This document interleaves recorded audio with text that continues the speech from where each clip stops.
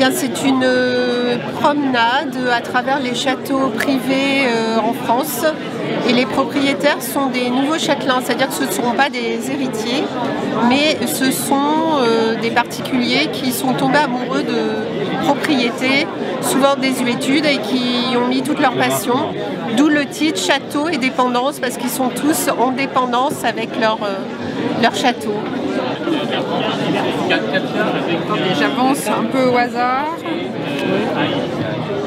Ce qui nous a passionnés d'une part, c'est parce que nous les avons tous rencontrés. Nous avons passé 2 jours avec eux, 2 ou 3 jours pour le reportage.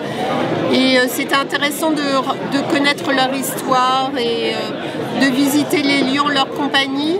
Et aussi d'avoir un regard très personnel et intimiste sur ces châteaux. Donc on voit bien qu'ils sont habités. On y a passé donc plusieurs jours, ce qui nous a permis d'y vivre, d'y habiter, d'y dormir pour certains. Voici le château de Lascours qui a été pillé et qui est en cours de restauration. Et il y a énormément de travail, ce sont d'énormes investissements.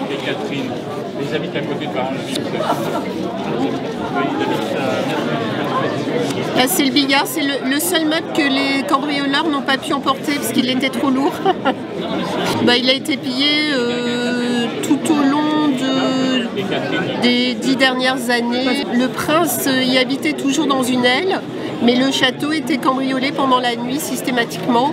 Et les cambrioleurs venaient pour des pièces précises, certaines cheminées, certains éléments jusqu'aux vitraux de la chapelle qui ont été pillés. C'est tellement grand, c'est une propriété énorme et donc les cambrioleurs venaient régulièrement se servir. C'est ce qui se passe dans énormément de châteaux actuellement. Donc, là on est ailleurs. Là c'est le merveilleux château de Ravel de Joseph Achcar et Michel Charrière qui ont restauré l'hôtel de la Marine. Et c'est un merveilleux château qu'ils ont admirablement restauré et dans lequel ils vivent l'été.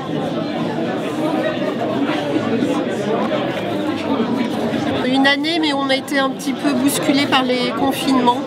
Donc c'était un petit peu compliqué, mais on a réussi à le faire quand même en une année. Je suis journaliste, j'étais rédactrice en chef de Elle Décoration et c'est un domaine que je ne connaissais pas. Et comme j'aimais beaucoup le travail de Marie-Pierre Morel, j'ai eu envie de découvrir un monde que je ne connaissais pas avec elle. Et j'aime beaucoup la façon dont elle a photographié les lieux, avec beaucoup de personnalité, en s'attardant sur des petits détails parfois sans importance, mais qui sont intéressants et qui sont inspirants.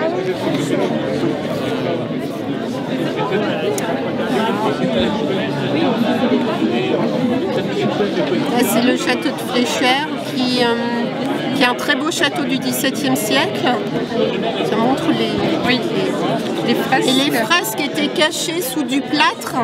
Ces merveilleuses fresques étaient cachées sous du plâtre ou des boiseries.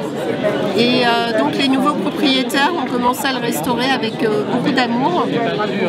Et on peut comme ça découvrir les...